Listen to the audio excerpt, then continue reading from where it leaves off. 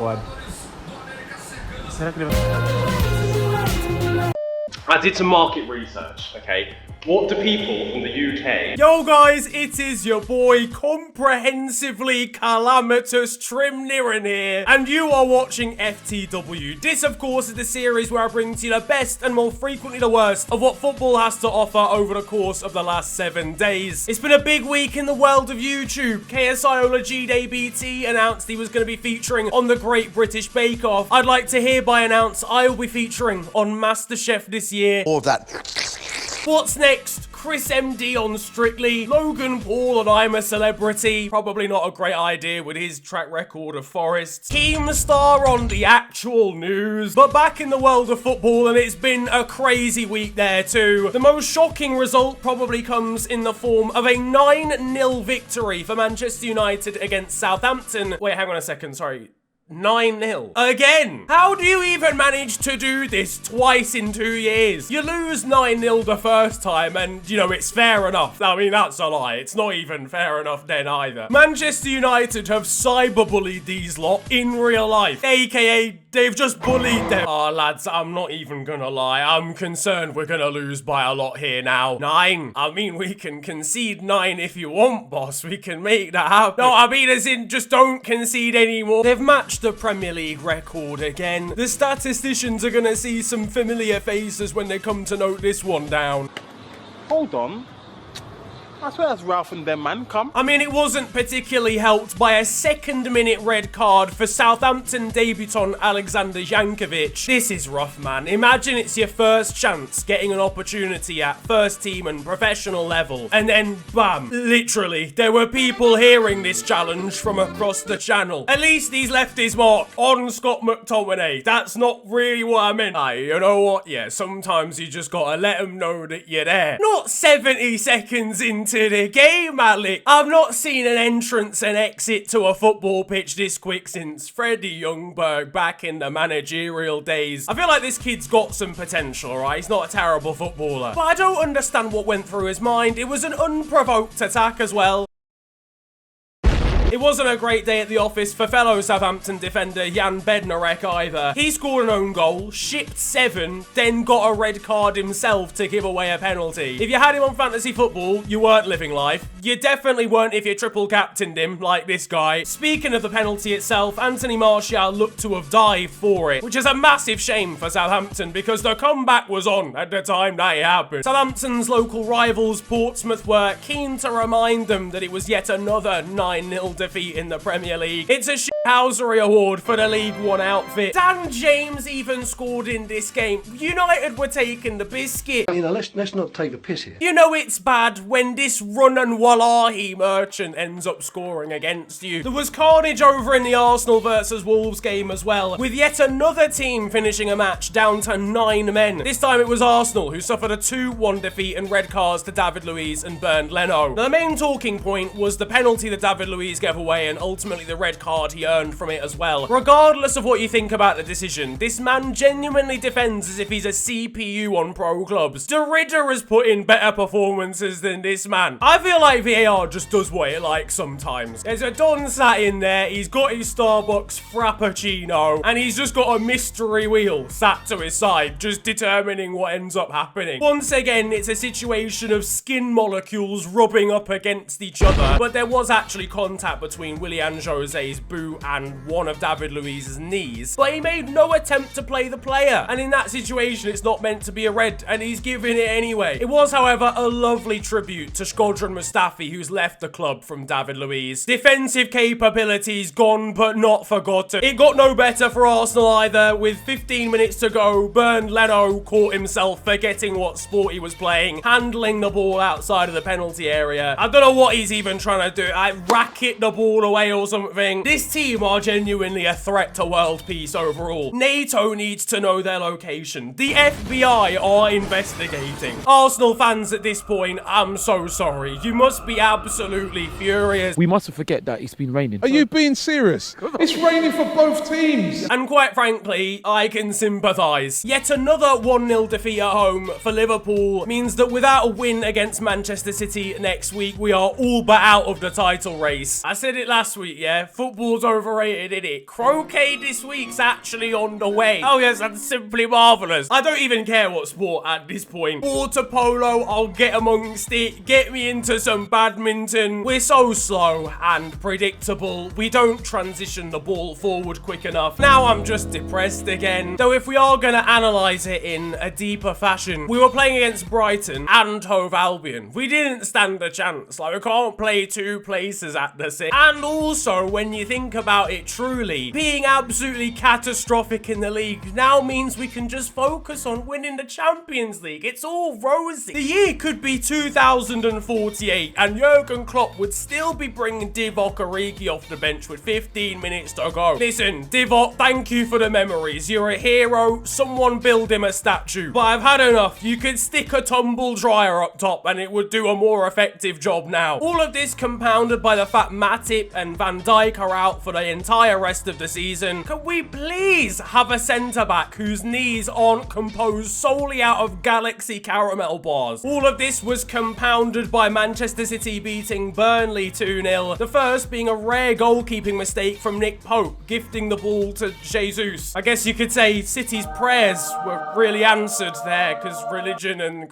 do you get it? It's no surprise Burnley didn't get anything out of the game. Sean Dyche's mind has been completely distracted this week. If you want to get to the depth of real reporting, go around the Premier League and ask all of the Premier League managers, do you play the looky-likey game? And if they give you a boring answer, we'll drive down and we'll slap them with a wet fish. Sheffield United's win against West Bromwich Albion off the back of a victory versus Manchester United has suddenly lifted them into a position where they're not even that far away from the teams above them. Could they? Second half of the season, we're doing a title charge. Yeah. At least it wasn't just Liverpool dropping points to Brighton, as Tottenham were defeated by them as well, which makes this Tottenham fans video rather unfortunate. You're in 15th. Go chat to Brighton and Fulham and them, man. They're the clubs that you are. Even Brighton tweeted about it as well. It's a shithousery award for them too. Elsewhere though, we've got a ridiculous story coming out of France, as ex-Chelsea manager Andre Villas-Boas threatened to quit managing Marseille over the fact the board signed French midfielder Olivier Ntcham from Celtic without him having a say in the matter. As I'm commentating this, they've now suspended him. It was an explosive press conference. The last thing this team needs is another wee bonbon merchant. Andre, you're managing in France. It's because of... who the fuck do you think you are? Imagine being this poor kid just stood awkwardly in the back of the training sessions. You've made your big move back home to a big league, and you find out your manager's about to resign because you're arriving on the 9:45 train to the training camp. Oh, for fuck's sake. The definition of a confidence boost. Excellent man management. And the best part is, only one of his players knew he was even gonna do that before the press conference happened. The last thing this team needs is another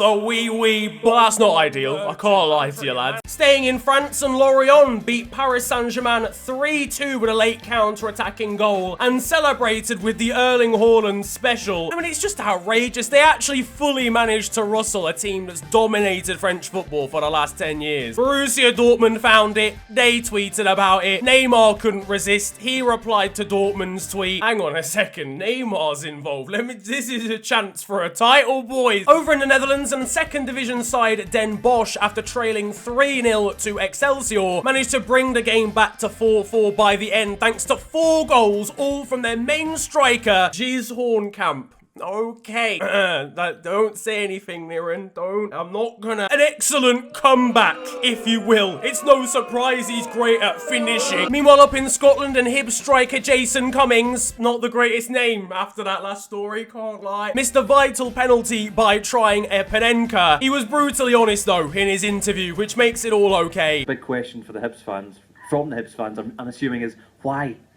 No, obviously with my new Barnett and that, I thought a little bit more like Pirlo, so I tried to dink it, but... Douglas Costa's been uploading a lot on TikTok recently. One comment called him out on it. He came back with the fact that he's been on the bench a lot. Listen, the man's got some time. Multitasking. Meanwhile, French side Marseille were in the news again after a portion of their fans managed to break into their training camp and let off flares and just cause general disruption. We now cross over to Andre Villas-Boas for his reaction. Did these lot think I gave them permission to burn down the training ground? I think think not. Meanwhile, new Fenerbahce recruit Mesut Ozil posted a picture on Twitter this week of him with a toilet roll with Piers Morgan's face on it, urging people to hashtag poop on Piers. This is a violation. Piers, listen, if I was you, I'd get on the phone to the guy. Lord Mesut, if you're gonna pick it up, be careful. He's got a bit of a history with those. Hello all, and welcome to The Beautiful Game, the segment where we take a look at the poetic and brilliant side of the game that we love. We are back by popular demand for yet more glorious beauty.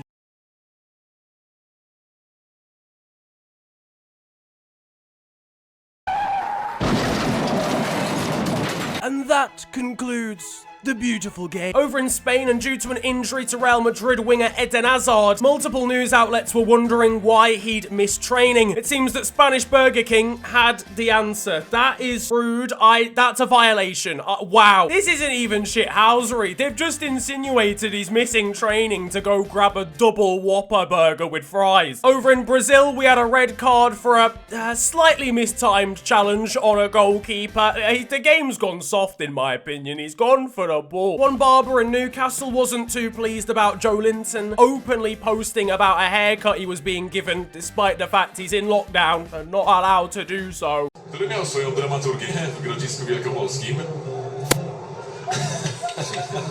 Over in Australia, and a women's A-League fixture was somewhat interrupted by images of this random man, I assume, attempting to produce the programme. We had this outstanding pitch test after a significant amount of rain over in Austria. Ob der Ball rollt. Der Ball rollt nicht und Meanwhile, now it's time for the moment you've all been waiting for, because over in Romania, this league is just the gift that keeps on giving. Why train your defenders to be the next Maldini when the referee can be that instead? Regulamentară, minge întoarsă. Uză și dinamoviștii, iată-l pe Cătălin Popa care fură min. But now, boys and girls, it's time for the FNG transfer roundup. Hello and welcome to the FNG Transfer Roundup. I'm your host, F.NG. Apologies, this is the first time you've seen me this transfer window. It's just that fuck all has happened. Our first story comes in the form of Liverpool, who've gone from having absolutely no centre-backs whatsoever to every centre-back in world football. Despite the closing of the registration window, work is still being done to bring in a mysterious signing by the name of Virgil van Dijk. Over at Wolves now, and after the signing of Real Sociedad striker Willian José, it's fair to say they may well have got Arsenal fans' hopes up with the new hashtag. It would have saved troops some heartache. We interrupt the news, however, with an important announcement. It appears as though Peter Odemwingie has arrived outside of the studio. We can hear from him now. Yeah, so basically, yeah, sign me in it, cause... And finally, over at West Ham United, they announced the loan signing of Manchester United outcast Jesse Lingard till the end of the season. He scored 2 goals on his debut. Jesse Lingard scored 2... This league's in the mud, lads. Get me out of here. Put me back in the basement. I don't want to do transfers anymore. Elsewhere this week, in League 2 side Newport County had a very unique way of announcing their latest signing.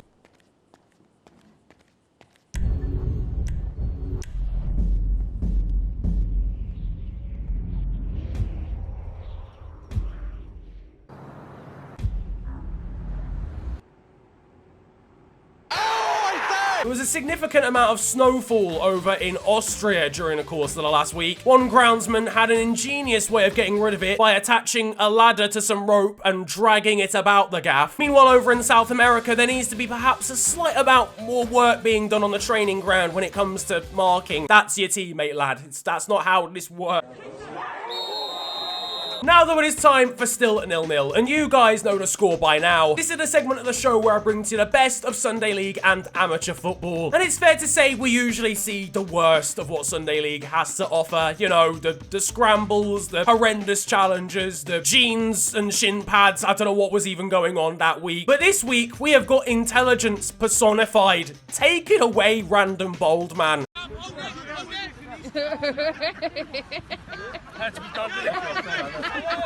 On to the weird stuff though now. Back to South America, and one footballer went viral a couple of years ago after a dog invaded the pitch and was kind of rolling around asking to be petted. He picked it up, carried it, and took it off the pitch. We had some lovely snaps. He's decided to go and adopt the dog from a dog's home, which I think is a lovely circle of life and a way to wrap up this story.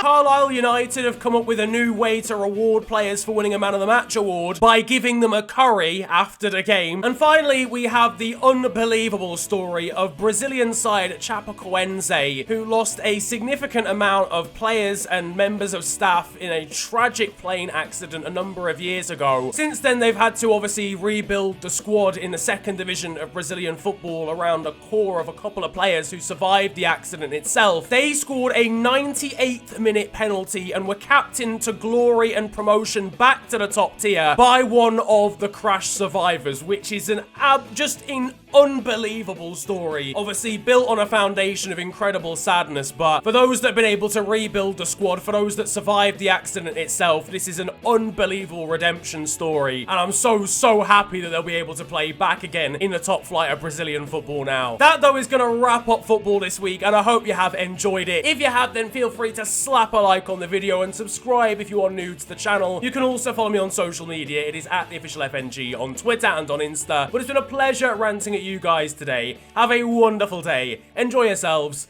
and goodbye.